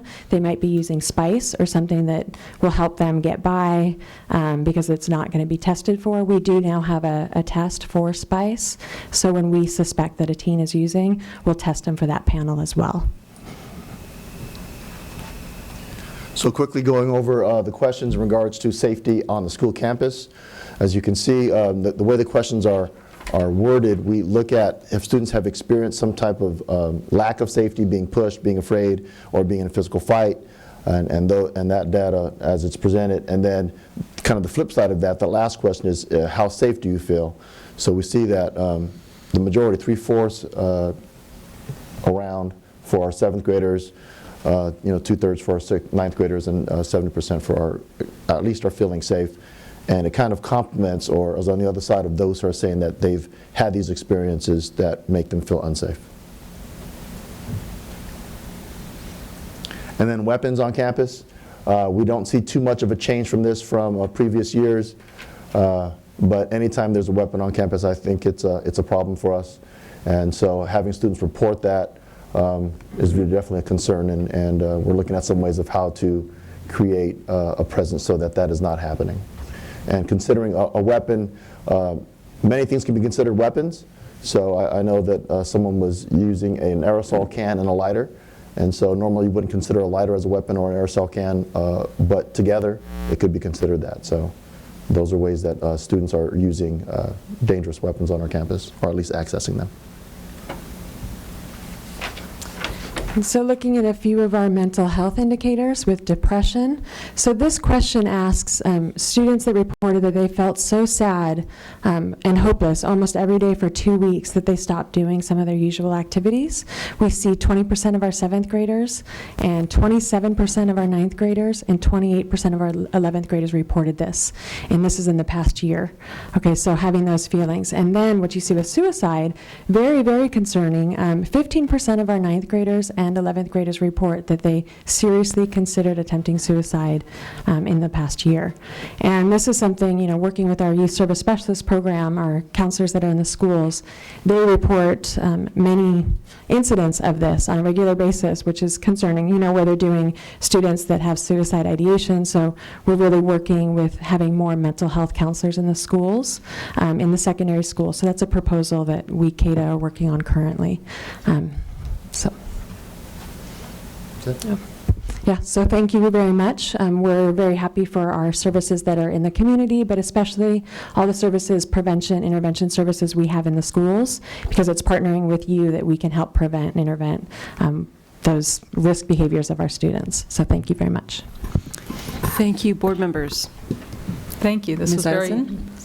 very interesting. I have a question. Why is 2009 such a peak year, or do you have a guess as to why that was? You know, it's a good question, and, you know, we can only speculate, but I know with the economy being what it was, and I know there were a lot of things that I think there were challenges, I think, for our families at that time, and that was part of it. But, you know, I can't say all of what was going on, so I can only speculate. And then I know they learn about drug use and effects of substance abuse in health. And when you say there's ongoing education, is that structured education, or are they just getting it at what's generally between junior high and through high school? What courses or information are they getting? So, well, one thing I know is, you know, so we have our youth service specialists on campus that provide, you know, we have our campaigns, Red Ribbon Week, we have our Committed campaign in the spring, and our teens, actually, our Friday Night Live or Club Live teens, actually go into classes and do presentations. We also do school-wide bulletins, school-wide presentations. So we do those campaigns for education. We also, you know, health classes, so it's what students get in the health classes, and that varies by grade level, what's required. So we, as an organization, do our best to convey messages regarding risks and harms. We also have open door policy for students to come in, so if they have questions. And also, one last thing, as far as students doing a self-survey, do you gauge it relative to, say, other communities as to, or given that age and, you know, what they're answering truthfully, how accurate do you see the survey as being? Yeah, so, you know, this question comes up often, you know, the accuracy, and it's true, it's how it's gauged against other counties. So California Healthy Kids Survey is a statewide survey, so it is done all throughout the state, so we are able to compare it. What we know is that, yeah, not all kids are honest all the time, we know that, but we do know that, all research shows that most kids are, and the fact that you have year after year of data, you're going to have the same percentage of kids being honest, you know, from year to year and through different counties. So what we, you know, WestEd is who analyzes our data, and they do, you know, 60%, if 60% of the students are taking the survey, then the data is considered valid. And as Mitch showed you that, you know, we had high participation, so we believe our data is very valid. And we are going to be doing an indicator report comparing our data to California data, so we'll be presenting that to you when that comes out. Thank you. Mr. Herron. Well, thank you very much. I appreciate it. And for the first time in 6 years, I'm able to say the participation across the board was good. In the past, we've had, some schools good, some schools not so good. And so the fact that when you break it down by school, it looks very, very much even. And I know Mitch and your staff worked hard to get those people to take that test. Do you have access to the breakdown by school? We were not given access to that last year. I think we get that from you. That's what I So- say. Have you gotten it from us? No, I haven't. It's very interesting from your standpoint, with your staff at each school, to know the differentiation between schools. I mean, I can pick out one category where one school was 30% and another was 13%, and the average was 20. So to me, your staff should know if they're at the school with 30%, you can't sit and say, well, gee, I'm happy at 20% because you got 10%, 10% more. So I hope the principals have been shared their individual schools. So Principals have been given their information specific to their sites. Right. But it might help your staff to know which schools in each category might need more help. Yeah, that would be great. And I do hear it from our different schools, and we get the pulse from different schools based on, incidents that they're dealing with. But I would love to have the data from last year, because we don't have last year's data separated by school. So that would be wonderful. We'll present it back to them. Yeah, it's a much better report this year than ever before, so thank you very much. And I'm not talking about your report, I'm talking about the reports from the survey. Your reports have always been good. Other board members? Yeah, I mean, obviously, there's a lot of interesting questions that almost, you kind of need a companion survey to the Healthy Kids survey, the state survey, to sort of try to tease out what are the things that we've done, because there have been so many changes from the economy to dispensaries, to drug dogs, to restorative approaches, that trying to figure out if, one had a greater impact than the other, it's difficult. But it's obviously it looks like a good trend. This is one of those moments where we've had previous board members in the past who would say, take everything with a grain of salt. When you look at things like weapons on campus, and you think, oh my gosh, is it true that there were 3% of 11th graders had a gun on campus? I've had board members up here in the past who've totally scoffed at that as statistically probably very, very unlikely. And more about what 11th graders do on surveys than about accuracy. But I think it is helpful. And I don't know if there's any place where people can compare, at least at the district level, the way you have here between districts in in California. I don't know if they make that information public, or if it's just reported out district by district. It does, West Ed does report out. It doesn't come out right away. It, first goes to districts, and so they eventually do publish the years that they evaluate, so you can look it up by district. Okay. So you might go to the West Ed site for that. Good for the public to know. Any other comments on this? All right, thank you very much, very helpful. Thank you. Thank you.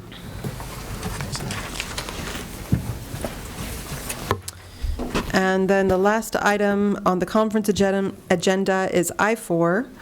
This is the Santa Barbara High School parking contract with Signature Parking. Dr. Cash.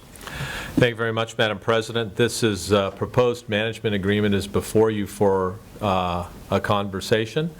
As board members are aware, the Santa Barbara Unified School District has notified the Santa Barbara Bowl that the parking arrangement that it has with it was terminated at the end of this bowl season. As a result of that, Mr. Becchio requested and received a proposal from Signature Parking, and it's before you for any questions or any concerns. And Mr. Becchio is here as well, I believe, along with someone from Signature Parking to address any questions that I can't answer. All right. We do have public comment on this item. Do we want to go ahead and take the public comment first?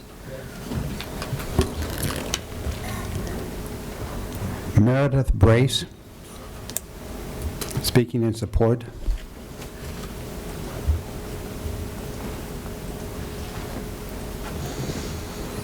Hello. I had a thank you note ready to read to you, but I think that needs to wait until it's an action item. So I just want to tell you how passionate so many parents at Santa Barbara High are about this.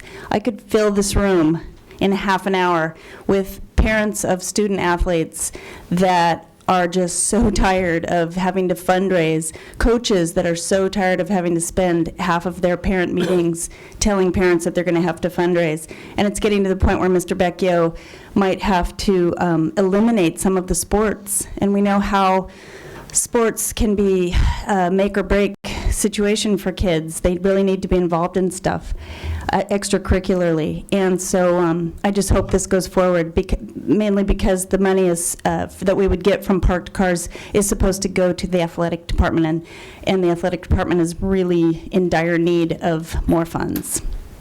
Thank you. Thank you, Ms. Brace. All right, and that, did you want to go over the proposal page by page? Or do you want to No, the board entertain members have questions? seen the proposal, so I've seen it for a couple of months, so I'm happy to go over it page by page, but I think probably a better use of the time would be to answer any questions that you may have specifically about it, or address any issues that are not resolved by the document, or things that you would like to see. All right, board members. Dr. Paz. I'm not sure where, I kind of went through this a couple times. It's not standing out. Where in this document is there reference to how sort of both parties are going to agree to what happened, how many cars were parked, and how's that going to occur? Well, that's not a part of the contract. We're simply entering into a management agreement with Signature Parking. The revenue from the parked cars would go to the school district, and we will pay Signature Parking for their services. Yes, so this is very different from what was in place previously. Ms. Idelson. As part of what's in this document, it shows creating jobs for students, which I'm in favor of, but there's one part where it says eligible students from Santa Barbara High School would be, and then in parentheses, age 17 plus. There aren't many, I mean, that's a pretty select group, right? I mean, that are 17, over 17 years old at Santa Barbara High eligible for this. They'd be latter half of their senior year probably, right? For many, yes, and for some, There's a lot of seniors that are 17 before they start that year. And then, I mean, the other part of this that was interesting too was I know there's a city curfew at 10 o'clock, but if they're employed by Signature, if the students are employed by Signature Parking and they're going home from a work, that's allowed. So that was one thought. My big concern with this is that it be done safely and efficiently, because I don't feel schools are in the business of parking, but I also very strongly feel that if there's an opportunity there, to make funds for activities, student activities, that I'm in support of that. Mr. Herron. In the past, where has the funds gone from the parking in the past? I recall, Madam President, in one email correspondence, you gave I think you gave the statement that it went to the district. Yes. And this is a change then. well, this is very different than what we've done in the past, because this is not a civic center use permit. This is an agreement with an independent company to perform a service for the district, which we will be paying for.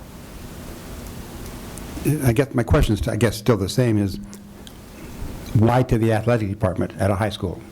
Well, I haven't decided that. I mean, the money would go to Mr. Becchio at Santa Barbara High School, and It sounds like the expectation is the sports department. well, Mr. Becchio can answer that question. You could certainly direct the funds. So the idea behind the athletic department is twofold. One is that historically, if you go back to the late 70s, the fundraiser was actually something that was created by Santa Barbara High School and was created specifically for the intent of the revenue to go to the athletic department. So that was one reason was to restore that original intent of the fundraiser that we created. The second is that if you take a look at our budget and the program that serves most students, it's athletics, and it's actually the least funded. So we have to find revenue streams in order to keep athletics alive. We have ticket sales and we have concession sales in the football stadium, and those are really the two revenue streams that we use to run the entire athletic program of 20-some teams. So that particular extracurricular activity is what I call in dire need of a revenue source, or we have to figure out either we have to fundraise, parents have to come up with more money, or we have to start talking about can we sustain an athletic program at that size. So, will there be funds retained for the repair and upkeep of the parking lots? Yes. And that will, will the fund, what I'm concerned is the funds go to the athletic department, and then we come along and have to repave it. Yeah, part of the budget that, I'm not sure if you Yes, received that, they've seen but it. part of the budget is for the upkeep of the parking facility, and it comes out of that revenue source. But by upkeep, that's keeping it clean after the performances. What about? It's also painting, actually painting the parking lot and, resurfacing it when it needs it. Okay. And the other concern I have is right now the bowl funds a lot of programs in the district. Is this relationship change going to have any impact on their support of us in our educational pursuits? Certainly hope not. Well, I've had the impression it is, so I'm just curious. I have not been told that. Okay. I would be curious to know. I think that I've got a couple of different directions that I have, that I'd like more information about, or that I think that we need to do some more thinking about.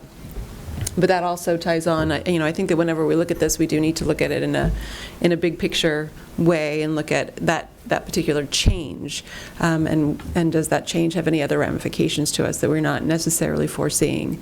In terms of this particular proposal, what isn't tied with it, which I've seen sort of separately in the past, but when and if this comes forward again, I would love to see it directly with it, and that is this is all about what their charges, what Signature's charges would be to run the parking concession essentially at Santa Barbara High, but it doesn't have anywhere that I can see anyway the revenue stream, the estimates.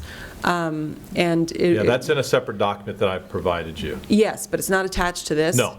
And so it needs to be together so that we can look at it in context and maybe some analysis with it in terms of, and I can't remember if that document had I don't think it had the charges in this level of detail from Signature to tie it together. Like, we would be able to afford this, and this is how much we get because this is exactly how much Signature would be charging as part of the contract. So I want to be sure that if that comes back, that all comes back together in a package. As Mr. Herron referenced, money from the bowl parking, from that contract with the Santa Barbara Bowl itself, comes to district facilities.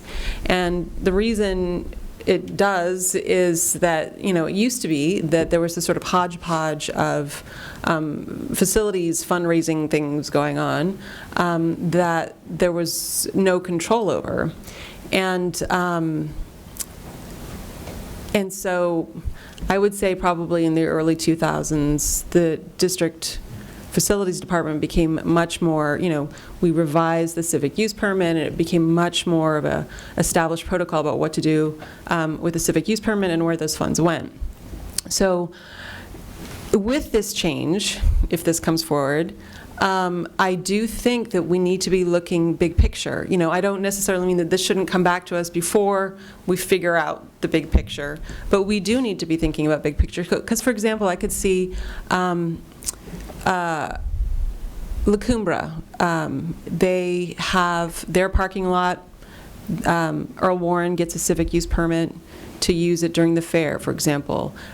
What kind of revenue sharing is going on there? If whatever protocol we put in place for Santa Barbara High, is it, you know, what are the parameters around that? When can a school decide that they're going to, you know, rent out their theater, or they're going to rent out their parking lot and they're going to use it as a fundraiser? And when is that the district's decision?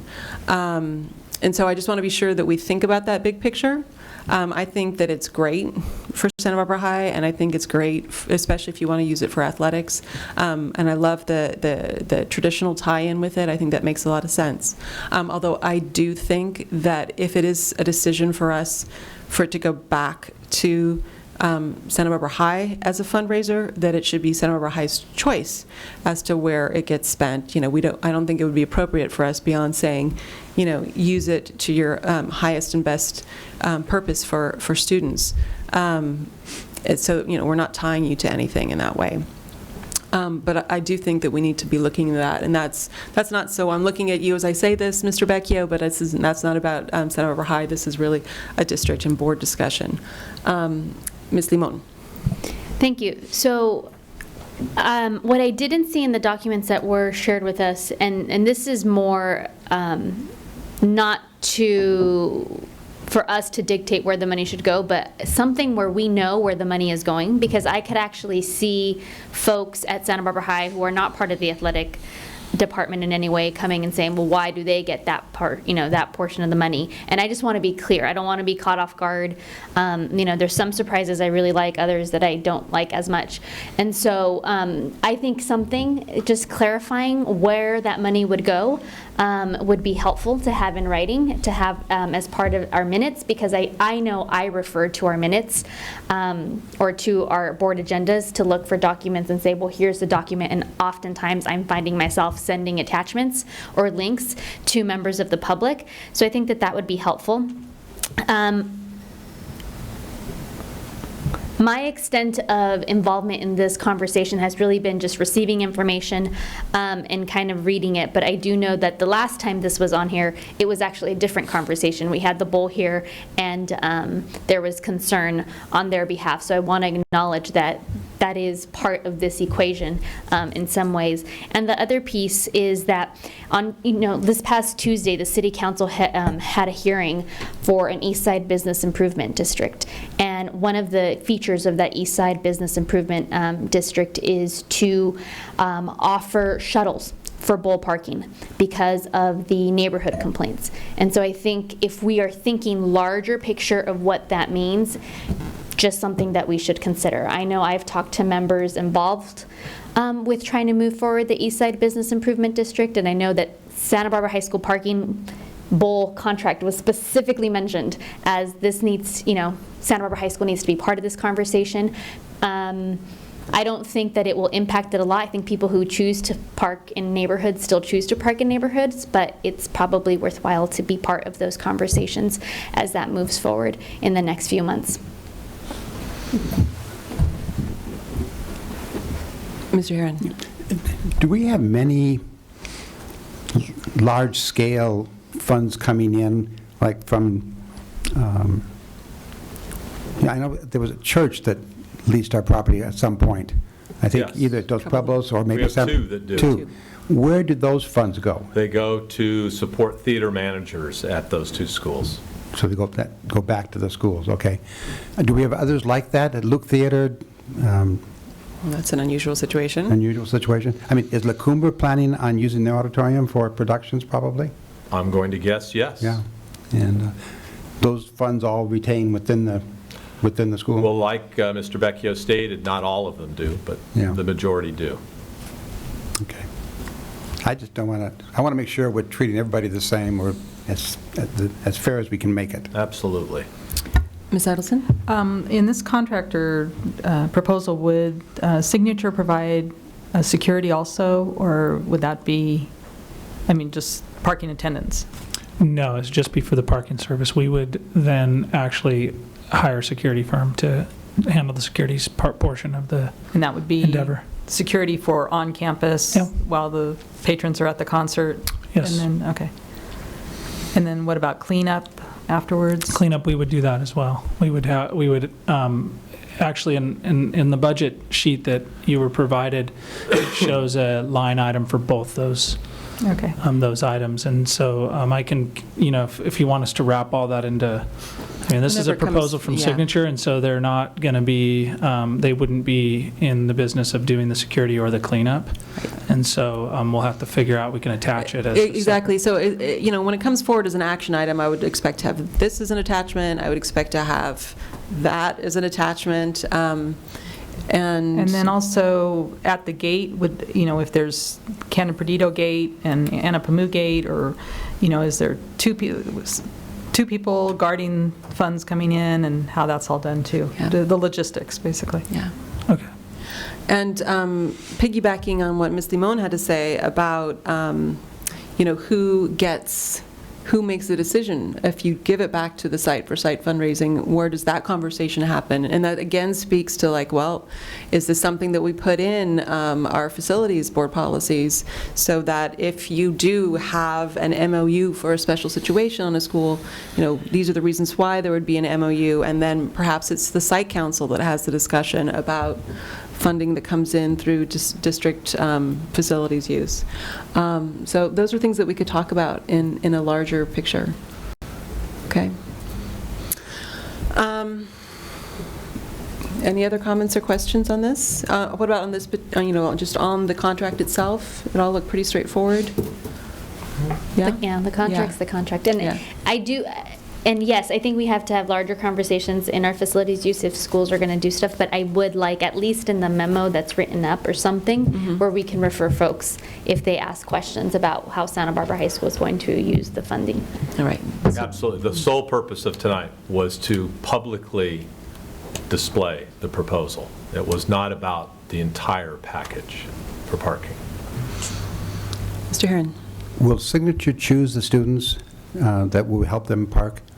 That would be something that Santa Barbara High would be involved in with Signature. I'm pretty sure it states that in there, but I think it would be a collaboration between the two entities. Okay, and is it geared towards the athletes doing it, or is Not it wide open necessarily, to no. your student body? Pretty wide open. I mean, obviously, there's the age. There's an age requirement in the proposal, and we do have a lot of 17-year-olds at high school, so we'd have a large pool to choose from, and we would work together with Signature to make those selections of the students that would do the paid internships. Thank you. All right. And may I just ask, do we have any representatives from the Santa Barbara County Bowl here tonight? Good. I wanted to be sure that that there were representatives here or paying attention to this, so that you can weigh in and give us feedback on it as well. Thank you. All right. Just one last item. The CEO from Signature is here if you have any questions about the proposal. I know it was pretty straightforward, but any specific questions on the contract itself? It looked very comprehensive, and exactly what you would expect from that end as well. It's kind of like seeing the whole thing together. I didn't have any questions about it. It looked very Madam President, complete. it looked like in the list of references or past work that Signature had managed the bowl before. Back. That's correct. And is there any backstory to that as to how that worked out? And I believe so. Okay. That's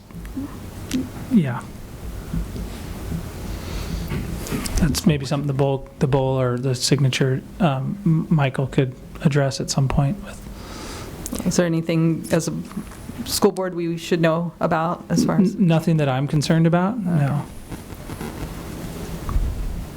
All right. All right. But should we be concerned? No. I mean, if you look at the proposal, you'll see that there's a long list of, I mean, if you've been in town, you know Signature's a very reputable company. They serve a lot of different entities in town, and so I think their reference page speaks for itself. And I think their service, if you've been somewhere where they serve, they're a very professional organization, and I've always been confident in their work. So, all right, Ms. Edelson, Thank you. You're done. Okay. All right. Thank you, Mr. Vecchio. Thank you. All right, that brings us to J, return to consent items designated for discussion. And there is one pulled item, and that was me. I pulled item G5, I believe. And that was the traditional and year-round school calendars. And I just wonder if we can get those both up on the screen for members of the public to take a look at. And the only reason I pulled it, not that I have any, I couldn't see any issues with it, but it worries me to pass this on the consent calendar without pausing for us all to take a look at it. Because, for example, this year, I don't know about the rest of you, but man, I got a lot of contact about what we did for Veterans Day compared to our neighboring districts, most of which had the Monday off as well. And so, when we passed this the 14-15 calendar, we didn't stop and say, hey, that discussion probably totally happened about why we couldn't do the Monday when, like, for example, Goleta was doing the Monday, but we didn't do it in public. And so it'll be a long time before Veterans Day is on a Tuesday, and when it's going to be a leap year when it would have been on a Thursday. And this coming year, it's going to be on a Wednesday. And of course, as a federal holiday, it's the only holiday where we must do it on November 11th. It cannot be, we can't make a 3-day weekend out of it unless we decide as a board to take an extra day off, or if it happens to be on the weekend, or adjoining a weekend. But we also have had the issue in the past where parent conferences got stuck, after Thanksgiving, which raised an issue.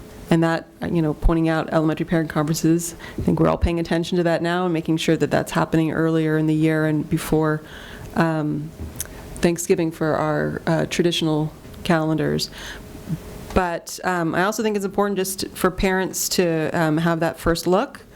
So school in 2015, and this is the traditional calendar that's up there right now. It would start on Wednesday, August 26th, and get out on Wednesday, June 8th for students. Is there anything there that board members saw in terms of odd days of returning or strange things there, or did it all look fine to everybody? Not that, but I have a question, and it's probably just me. What's the difference between a recess day and a board holiday? Like we have 4 recess days, and then Friday is a board holiday. Yeah, I'm just curious, is there a legal difference? Is there a pay difference? Is there some reason we call it a board holiday than a recess day? At Christmas, we have 4 recess days and then a board holiday. Well, that's not the one. No, yes, it is. I think it is. I think you're right. Or maybe a better one is the... Mr. Herron, the whole district is closed. That's the difference. That's the difference. Yes. So on a recess day, the district offices are open? Yes. Oh, yes. Okay, good. Thank you.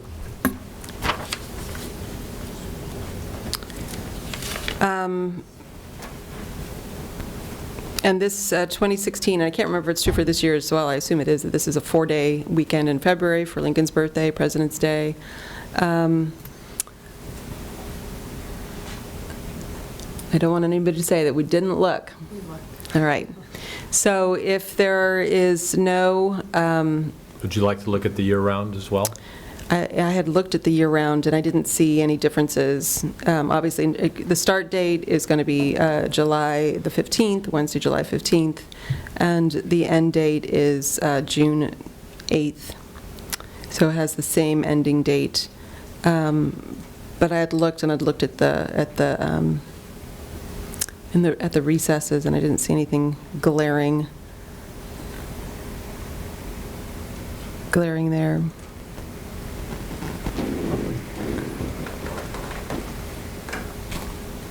Okay. All right, with that, I'm going to go ahead and move that we approve the traditional and year-round school calendars for the 15-16 school year. I'll second it. All those in favor? Aye. Aye, and that passes unanimously. Which brings us to coming events. And Dr. Cash, is there anything else that we should be thinking about besides Thursday morning? Having a happy Thanksgiving the following week. All right, so the State of Our Schools breakfast is this Thursday morning. And remind me of the address, Dr. Cash? It's at the Hyatt on Cabrillo Boulevard. Okay. And then, of course, we have the Thanksgiving break. And we will be meeting again on December 9th. Any future agenda items? Mr. Herron? I'm sure it's on the agenda someplace or schedule, but there are a lot of comments about Illuminate. So maybe an update on that when possible would be nice. Yeah, good point. All right. Thank you. Happy Thanksgiving. And with that, I'm going to go ahead and adjourn this meeting.